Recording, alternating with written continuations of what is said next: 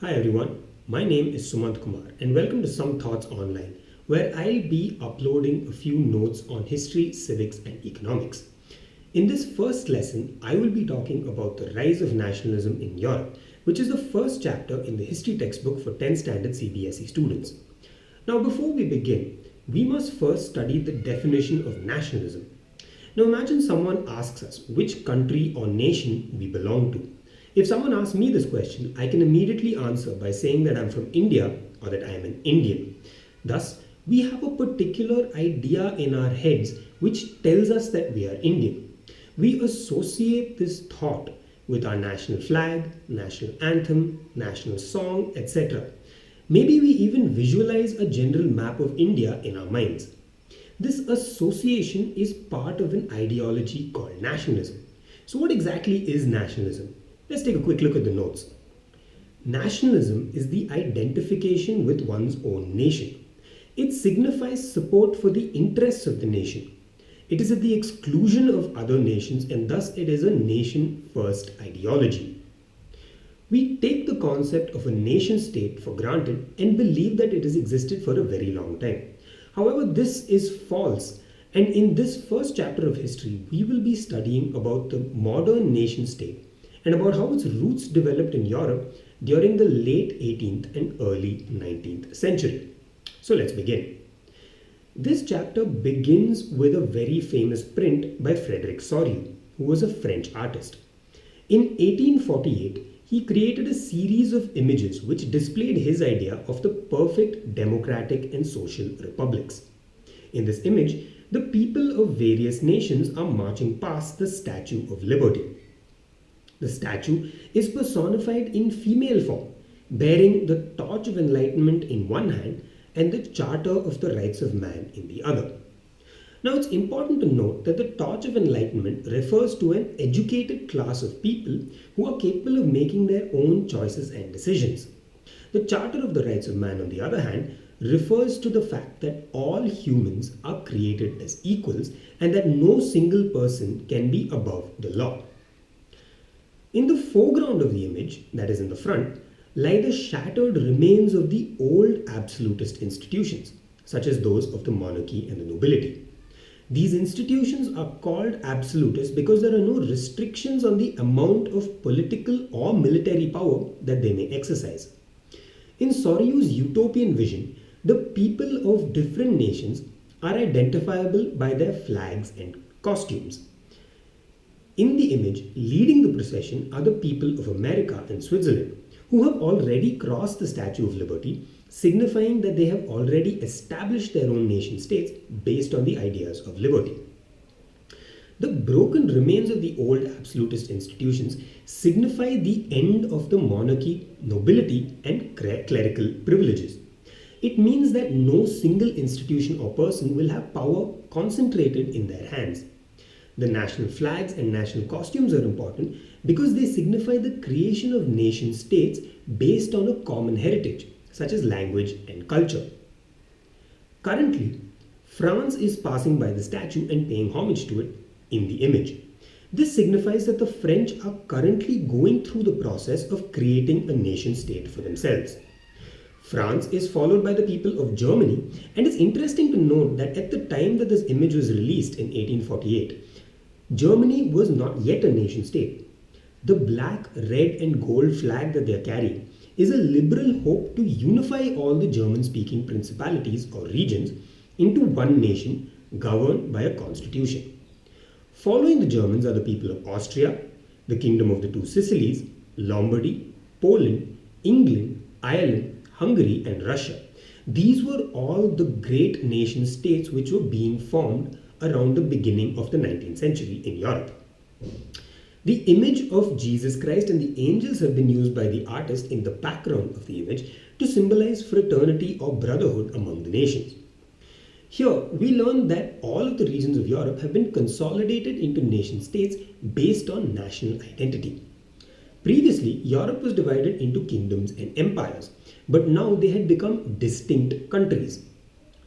Previously, political power was passed down from parents to their children, leading to the creation of dynastic empires. A dynasty is one where people gain power by birth rather than by merit.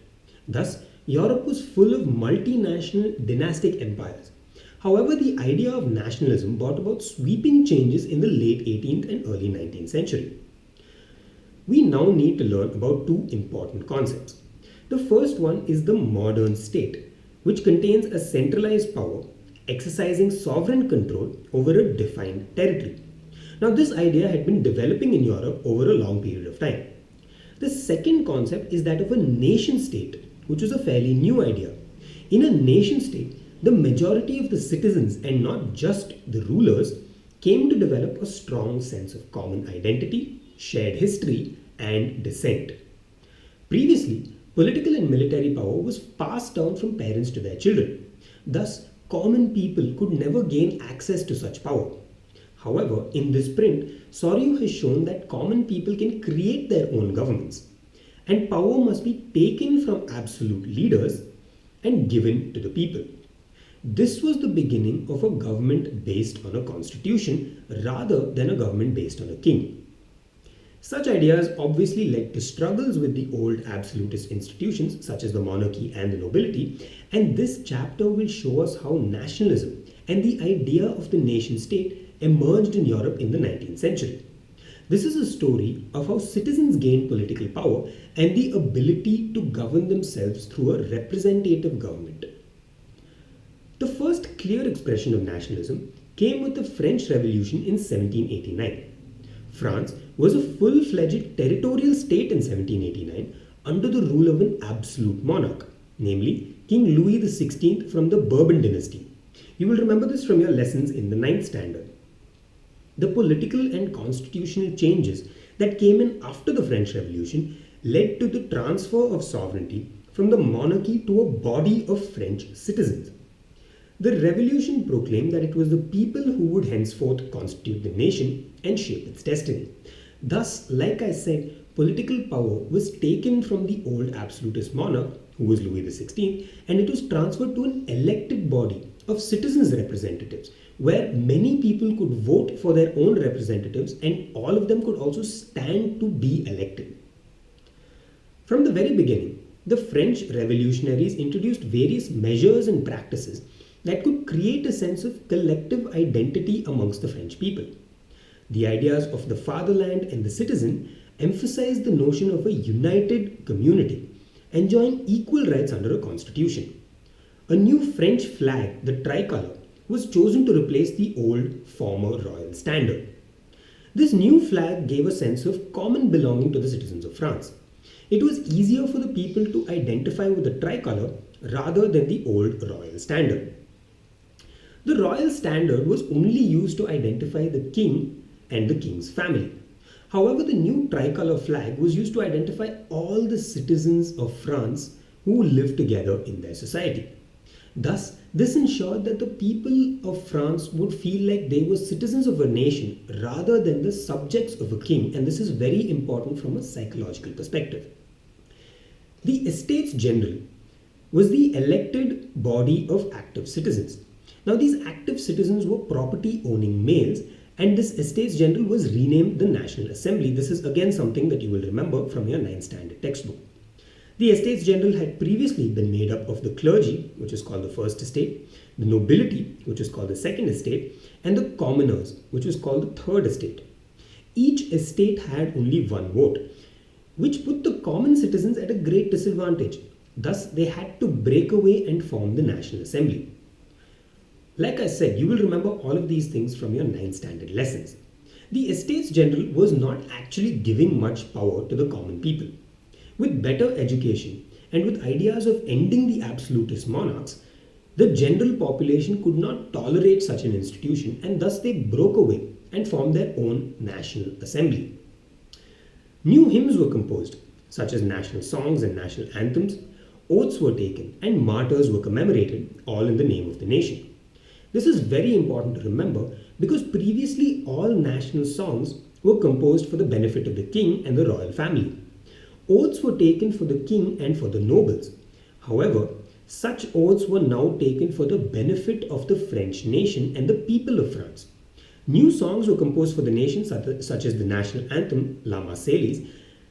Even in India, Jana Gana Mana and Vande Mataram were composed as a form of national identification and to feel pride in being an Indian. Apart from this, a centralized administrative system was put in place and it formulated uniform laws for all citizens within its territory. Internal customs duties and dues were abolished, and a uniform system of weights and measures were adopted. This was very important as duties and taxes between several towns or cities severely restricted trade and movement within the nation. This greatly enhanced business opportunities as it was easier for merchants and traders to carry goods from different towns without having to pay different dues and taxes. Regional dialects were also discouraged, and French, as it was spoken and written in Paris, became the common language of the nation. Efforts such as this helped greatly in building nationalistic pride amongst the French people. The abolition of customs duties and dues and the introduction of standardized weights and measures are very important because this greatly enhanced business, which ensured economic prosperity for the people. The revolutionaries further declared that it was the mission and destiny of the French nation to liberate the peoples of Europe from despotism. When the news of the events in France reached the different cities of Europe, students and other members of educated middle classes began setting up their own Jacobin clubs. Their activities and campaigns prepared the way for the French armies, which moved into Holland, Belgium, Switzerland, and most of Italy in the 1790s. With the outbreak of the Revolutionary Wars, the French armies began to carry the idea of nationalism abroad. Thus, other people in Europe were preparing for the rise of nationalistic sentiments in their own nations. It was the French army which would introduce the ideas of liberty and nationalism to all of the towns and cities that they had conquered.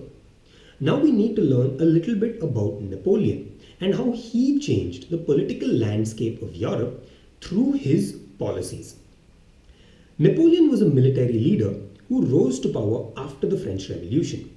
He had the full support of the military, which gave him a large amount of power. He used this power to destroy democracy in France and became the military dictator of the nation. Thus, the young democracy in France was once again removed. He began conquering other regions around France in the effort to build a new empire.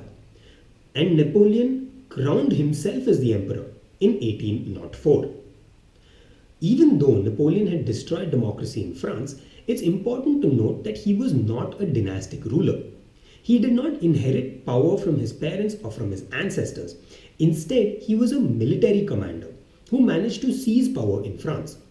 We will now learn about a few of the administrative changes that Napoleon introduced after he became emperor in all of the new regions that he had conquered. We will now be learning about the Civil Code of 1804, which is also called the Napoleonic Code. This introduced many changes in the lives of the people.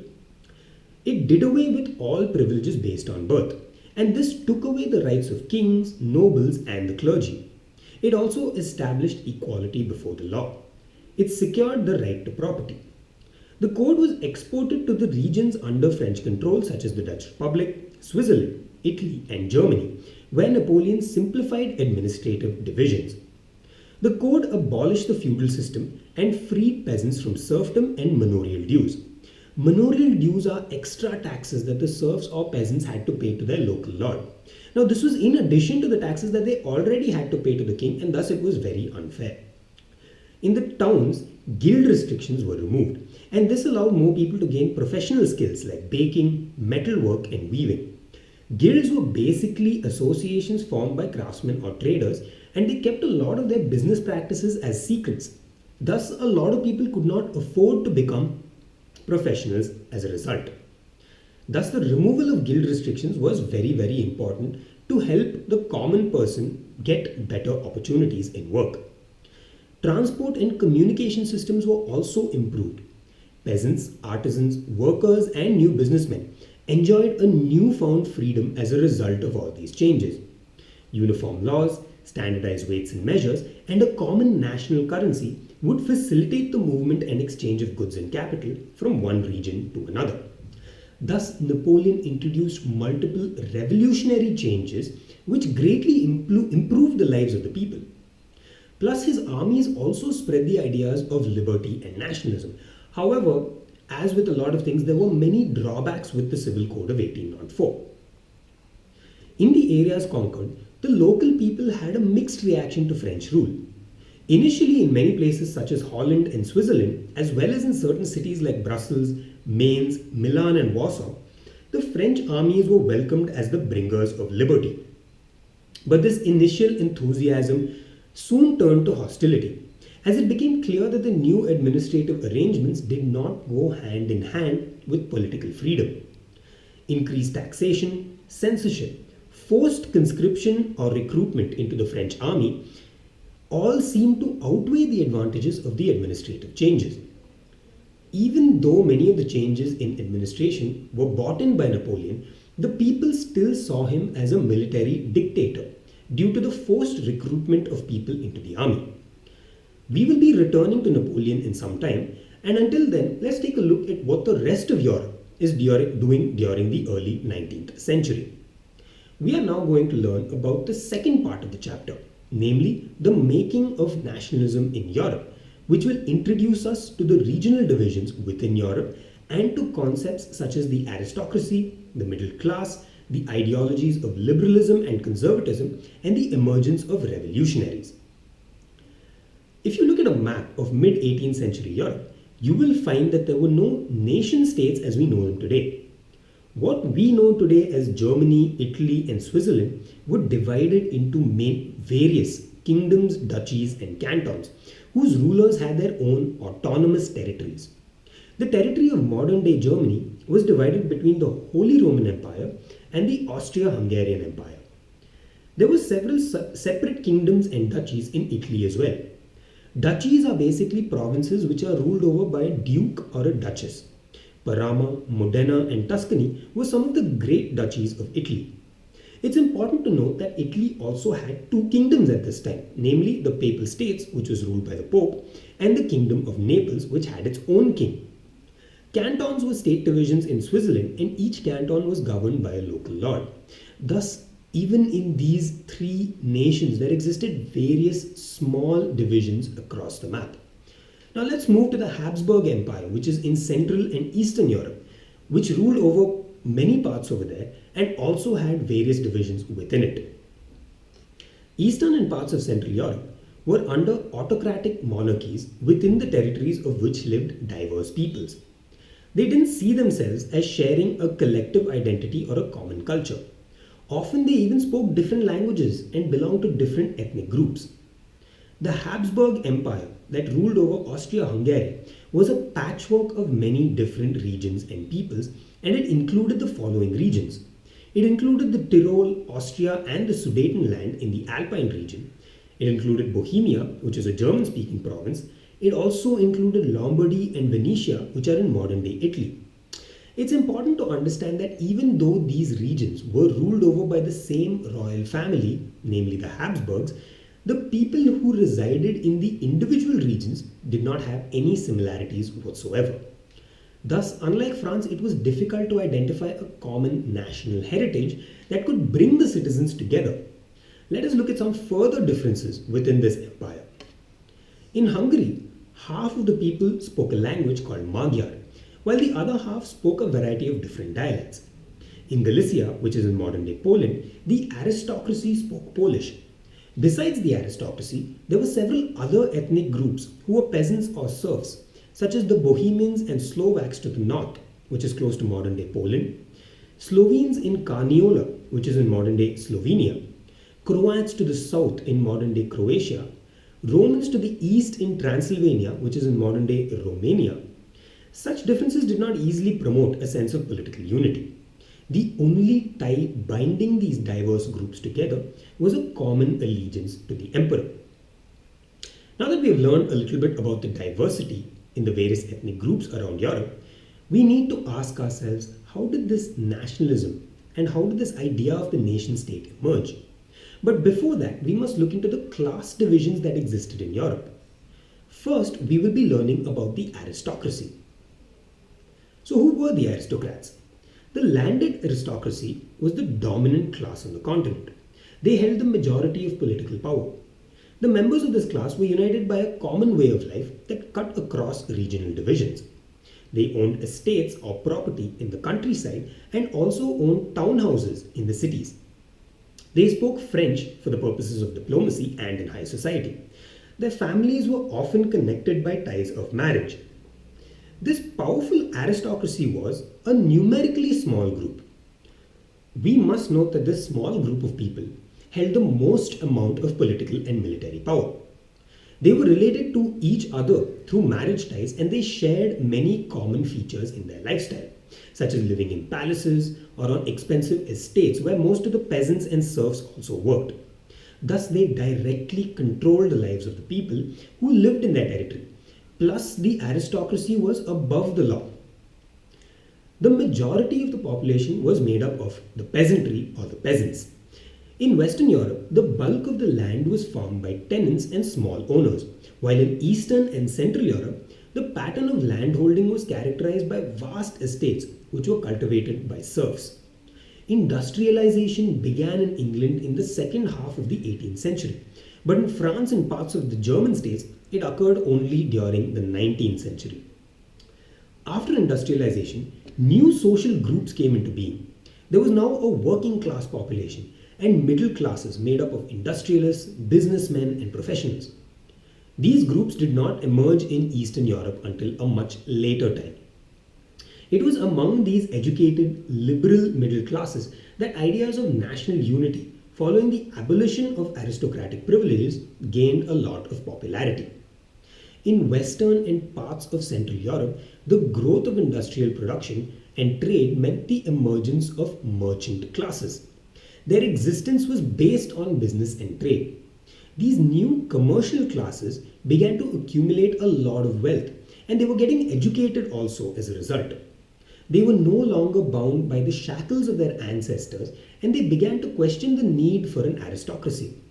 This led to the formation of the ideology called liberal nationalism.